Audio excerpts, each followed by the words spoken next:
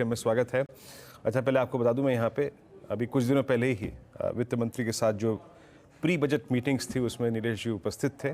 थोड़ा सा उस बैठक में क्या हुआ, चिंता क्या थी, किन किन मुद्दों पे बातचीत हुई, सब पे करेंगे बातचीत। लेकिन नीलेश जी, सबसे पहले ये जो 2 दिन पहले भारत को T20 वर्ल्ड कप में जीत मिली है, उसकी आपको भी बहुत बहुत शुभकामनाएं।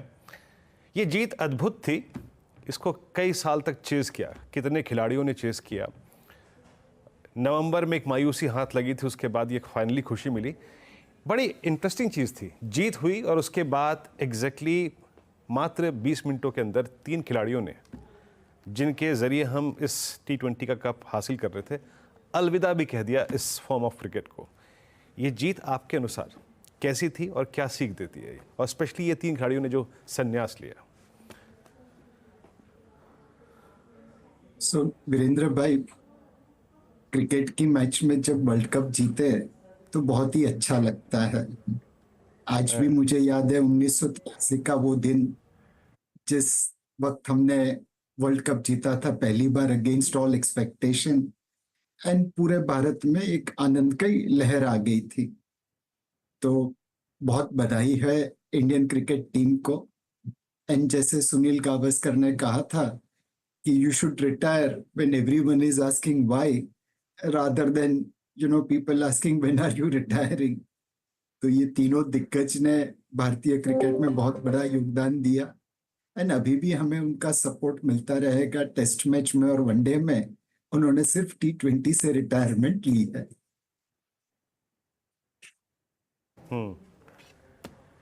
ओके जी हाँ। अच्छा, अब आते हैं, एक काम करते हैं इस जीत के बाद और इस प्री बजट मीट पे नीलेश भाई, इस मीट में आई थिंक चिंताएं क्या थीं, साथ ही साथ किन मुद्दों पे चर्चा हुई, और इस मीट का आउटकम मतलब मोटे तौर पे क्या रहा, और पॉसिबली मैं शायद जो एक आपसे बात पूछना चाह रहा हूँ, ये बजट रहेगा कैसा, थीम क्या होगी इस बजट की, इस मैंडेट के बाद जो 4 जून को हमें मिला, एक सेंस क्या मिल रहा है आपको? एक हमारी जो एक्सपेक्टेशन है बजट से, वह यह है कि आप वोट ऑन अकाउंट प्लस वाला बजट दीजिए। इलेक्शन के पहले भी जब आपने वोट ऑन अकाउंट दिया तो फिस्कल प्रूडेंस का पाथ नहीं छोड़ा और इंफ्रास्ट्रक्चर इन्वेस्टमेंट के ऊपर भरपूर जोर रखा। अब आपके पास तकरीबन 1,23,000 करोड़ आरबीआई से एडिशनल डिविडेंड आया है पिछले साल के मुताबिक, जिससे आप एक त्रिवेणी संगम कर सकते हैं। बॉटम एंड ऑफ पिरामिड को कंजम्पशन का थोड़ा सपोर्ट करिए, इंफ्रास्ट्रक्चर इन्वेस्टमेंट पे और जोर लगाइए और फिस्कल प्रूडेंस का पाथ भी अपनाइए।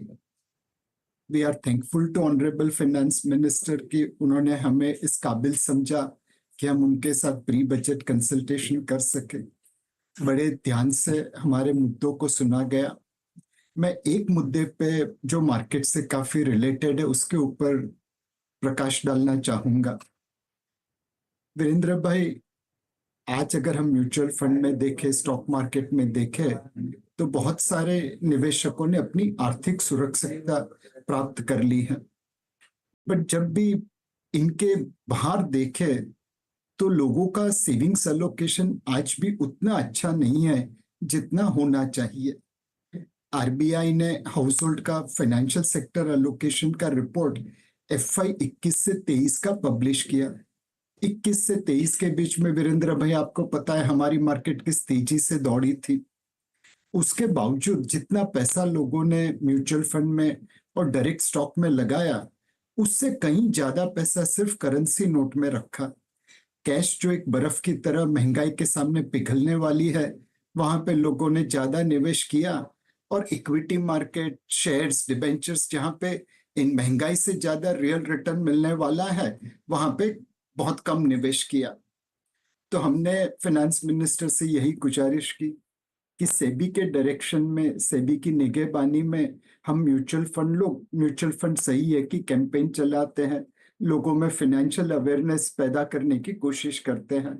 अब हमें आपका सहारा चाहिए, आपकी निगहबानी चाहिए। जैसे आपने जनधन के जरिए हर भारतीय को बैंक अकाउंट प्रदान किया, वैसे जन निवेश के द्वारा हम हर भारतीय को कैसे आर्थिक सुरक्षा प्रदान कर सके ताकि उनका पैसा करेंसी नोट की जगह पे mutual fund, bank deposits, insurance policies में निवेश हो सके। तो ये जन निवेश की योजना बहुत जरूरी है ताकि हर भारतीय भारत की ग्रोथ स्टोरी में हिस्सेदारी रख सके। अच्छा नीलेश भाई, बिल्कुल बात आपकी सही है और म्यूचुअल फंड्स ने वेल्थ क्रिएट करी और यकीन मानिए मैं खुद अपने लिए, अपनी बेटी के लिए म्यूचुअल फंड्स का ही सहारा लेता हूँ उसके भविष्य के। आई थिंक जो भी मैंने पैसा रखा है उसके लिए। लेकिन बीते 6 महीने से कभी स्ट्रेस टेस्ट, फिर उसके बाद आई थिंक एक खबर अभी कुछ दिनों पहले और आई थी जिसका मैं यहाँ पर उल्लेख नहीं करना चाहूँगा। म्यूचुअल फंड्स को लेके थोड़ी नेगेटिव न्यूज़ फ्लो, इस पर आपका एक व्यू चाहूँगा। इससे कोई इम्पैक्ट पड़ा है क्या फ्लो की तरफ? सी, अल्टीमेटली आपका काम बोलता है। म्यूचुअल फंड इंडस्ट्री में सबसे बड़ी चीज जो है वो सेबी की निगहबानी है। उनके रूल्स, रेगुलेशंस, ट्रांसपेरेंसी, डिस्क्लोजर पूरी दुनिया में अव्वल दर्जे पे हैं। हम कई बार बाहर के निवेशकों से मिलते हैं एंड जब भी कोई निवेशक पैसा देना चाहता है ड्यू डिलिजेंस करता है। उनके ड्यू डिलिजेंस में उन्हें जितनी इंफॉर्मेशन चाहिए वो सिर्फ हमारी फैक्टशीट में से वो ले सकते हैं। वो हमेशा हमें तारीफ करते हैं कि आपके जितना डिस्क्लोजर तो हमने दुनिया की कोई मार्केट में नहीं देखा। जब आप इतने ट्रांसपेरेंट है, जब आप इतने यू नो डिस्क्लोज करते हैं इंफॉर्मेशन को, तो हो सकता है कि कुछ न कुछ इंफॉर्मेशन को लोग गलत तरीके से इंटरप्रेट करके उसमें एक रोदा डालने की कोशिश करेंगे। एक मतलब किस्सा कहूंगा। कोविड के समय में एक बड़े म्यूचुअल फंड ने टेम्पररीली अपना रिडम्पशन स्थगित किया था। उस समय एक साउथ बेस्ड इंस्टीट्यूशन ने प्रेस रिलीज इश्यू की थी कि म्यूचुअल फंड इंडस्ट्री का 15 लाख करोड़ का घोटाला है। उस समय मेरा total date AUM 12 lakh crore के आसपास था इंडस्ट्री का। 12 लाख करोड़ में कोई 15 लाख करोड़ का गबन कैसे कर सकता है? उस 12 लाख करोड़ में हमारे पास गवर्नमेंट सिक्योरिटीज थी, पीएसयू कंपनीज थी। आप ये इंटरप्रेट कर रहे हैं कि सरकार दिवालिया बन चुकी है, सरकार बंद हो गई है।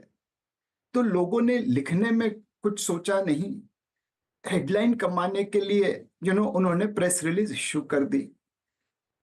जनरली मतलब आप वीकेंड में ये कर दो तो आजकल सोशल मीडिया में अपने आप घूमने लगता है।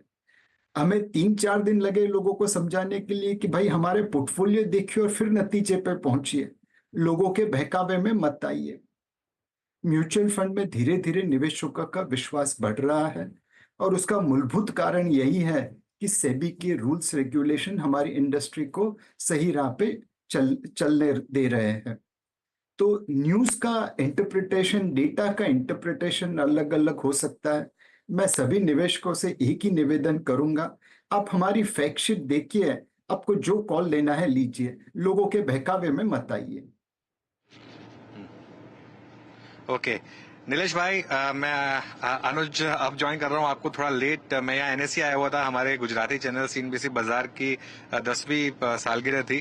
तो पहले तो आपको भी इस जन्मदिन की बहुत बहुत बधाई। आप भी इस चैनल का हिस्सा रहे हैं और यहाँ पर आके मैंने बेल रिंगिंग की। मैं सोचा एक बार आपसे भी बात कर ली जाए कि गुजराती चैनल के 10 साल पूरे हुए। आप कुछ कहना चाहेंगे इस पर? हाँ अनुज भाई, एक मतलब बात कह सकते हैं कि स्टॉक मार्केट की भाषा गुजराती है। हॉर्निमन सर्कल के आगे एक बड़ा वड़ का वृक्ष था और उसके आसपास लोग ट्रेडिंग करते थे। वहां से native share and stock brokers association of Bombay करके बॉम्बे स्टॉक एक्सचेंज की शुरुआत हुई। अनुज भाई 2 मिनट चाहूंगा आपसे एक बड़ी अच्छी बात करने के लिए। आपको पता है पाव भाजी मुंबई में बहुत स्पेशल है, गली गली घर घर में लोग पाव भाजी खाते हैं। उसकी ओरिजिन स्टॉक मार्केट से जुड़ी हुई है। उस समय कॉटन का ट्रेडिंग ज्यादा होता था, कॉटन स्टॉक का ट्रेडिंग ज्यादा होता था और घर पे रात को जाओ तो कोई खाना नहीं मिलता था एंड जो वेंडर्स थे वह भी रात को खड़े नहीं रहते थे। तो जितनी सब्जी आसपास में बचती थी वो जमा करके भाजी बनती थी। रोटी बनाने का तो समय नहीं था, इसलिए वो पाव खाते थे। और स्टॉक मार्केट के जरिए पूरे मुंबई को और इंडिया को पाव भाजी मिली। तो ऐसी बहुत सारी बातें स्टॉक मार्केट से जुड़ी हुई, और उसमें गुजराती भाषा का योगदान काफी बड़ा है। बहुत गर्व होता है जब सीएनबीसी बाजार ने आज 10 साल कंप्लीट किए, लोगों को ट्रेडर से इन्वेस्टर बनाने के लिए प्रोत्साहित किया, फाइनेंशियल अवेयरनेस किया। और मैं वीरेंद्र भाई से यही बात कर रहा था कि म्यूचुअल फंड्स में लोगों ने काफी पैसे बनाए हैं, आर्थिक सुरक्षितता प्राप्त की है, लेकिन आज भी बहुत सारे लोग हैं जो म्यूचुअल फंड से जुड़े नहीं हैं। तो हमने प्री बजट कंसल्टेशन में ऑनरेबल फाइनेंस मिनिस्टर से यही गुजारिश की कि हम लोग अपनी तरफ से अंधेरे में दिया जलाने का प्रयत्न करते हैं। सेबी की निगहबानी में म्यूचुअल फंड सही है, इन्वेस्टर अवेयरनेस प्रोग्राम चलाते हैं, बट जनधन की तरह एक जन निवेश योजना करते हैं, सब लोग मिलके काम करते हैं। और ये जो अंधकार है फाइनेंशियल अवेयरनेस का, फाइनेंशियल इन्वेस्टमेंट का, उसे दूर करने का प्रयत्न करते हैं। बिल्कुल, बहुत सही बात कही नीलेश भाई आपने। अच्छा, अब थोड़ी सी मार्केट की बात कर लेते हैं। अभी भी नीलेश भाई मिड कैप और स्मॉल कैप के वैल्यूएशंस कम होने को तैयार ही नहीं है। मतलब क्या यहाँ पर ये जो बेहिसाब पैसा चेज कर रहा है इक्विटीज को, एक तरीके से तो खैर ये आपको बता रहा है कि देश में कितना बड़ा इक्विटी कल्ट है, लेकिन क्या रिस्क और बढ़ते जा रहे हैं मिड और स्मॉल कैप में नीलेश भाई? आज भी मिड कैप इंडेक्स नया ऑल टाइम हाई लगाया। सो अनुज भाई, मेरे हिसाब से पूरी मार्केट की जगह पे हमें नाउ बॉटम अप देखना पड़ेगा। कुछ मिड कैप्स में वाकई एक्सपेंस वैल्यूएशन बहुत महंगा लगता है, एंड हमारी समझ के परे है कि ये मिड कैप्स या स्मॉल कैप्स इस वैल्यूएशन पे क्यों ट्रेड कर रहे हैं। कहीं पे कॉन्सेंट्रेटेड होल्डिंग है, कहीं पे बहुत ज्यादा एक्सपेक्टेशन है फ्यूचर के बारे में, कहीं पे लो फ्लोटिंग स्टॉक का या कॉन्सेंट्रेटेड बाइंग का खेल हो रहा है। अगर आप उन क्षेत्र को छोड़ दो, उन स्टॉक्स को छोड़ दो, तो ओवरऑल मार्केट उतना महंगा नहीं है जहां से आप कह सके कि अब तो मार्केट को गिरना ही है। मार्केट ऑल टाइम हाई पे है, बट अर्निंग्स भी ऑल टाइम हाई पे है।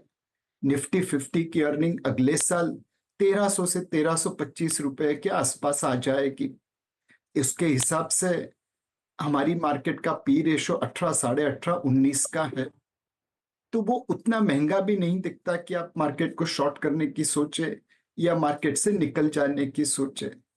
हाँ, निवेशकों से यही निवेदन रहेगा कि पिछले साल, पिछले 2 साल से जितना रिटर्न आया है उतने की आगे उम्मीद मत रखिए। तब थोड़ी सस्ती मार्केट थी, अब फेयर वैल्यू के आसपास मार्केट है, तो रिटर्न एक्सपेक्टेशन मॉडरेट कर दीजिए, थोड़ी अवधि लंबी कर दीजिए। पिछले 6-12 महीने में तो जो लिया आज वो कल बढ़ गया, शायद ऐसा समय आगे नहीं रहेगा।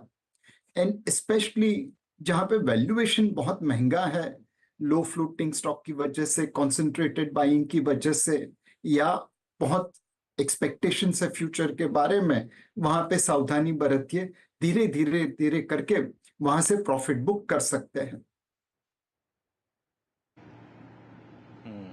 नीलेश भाई, अभी अर्निंग सीजन शुरू होने वाला है, कोई खास पॉकेट है जिस पर आपकी नजर रहेगी, जहां आपको लग रहा है कि शायद वाओ अर्निंग्स आ सकती है मार्केट में? अनुज भाई, इस बार मतलब मार्केट ने ज्यादातर करके सब डिस्काउंट कर लिया है। अगर प्राइवेट बैंक्स के निम्स अगर बैंकिंग सेक्टर में निम्स थोड़े कम होंगे तो वो मार्केट ने डिस्काउंट कर लिया है। कंज्यूमर ड्यूरेबल, स्पेशली जो गर्मी से लड़ रहे थे, वहां पे रिकॉर्ड सेल्स हुई है, तो प्रॉफिट बढ़ेगा, वह भी डिस्काउंट हो चुका है। मेरे हिसाब से इस बार इस रिजल्ट में एक्सपेक्टेशन के सामने क्या डिलीवरी होती है वह वाव फैक्टर बनाएगा। अगर आपने 100 रुपए की एक्सपेक्टेशन के सामने 102 रुपए की अर्निंग कर दी तो वो बहुत अच्छी गिनी जाएगी, और 99 रुपए की कर दी तो शायद वो उम्मीद से कम होने के लिए गिर जाएगी। तो एक्सपेक्टेशन क्या बिल्ट हुई है और उसके सामने क्या नतीजे आते हैं, उसके ऊपर मार्केट का दारोमदार रहेगा। 2 सेक्टर ऐसे हैं जहां पे लोग फ्यूचर कमेंटरी के बारे में बहुत ज्यादा ध्यान देंगे रिजल्ट से।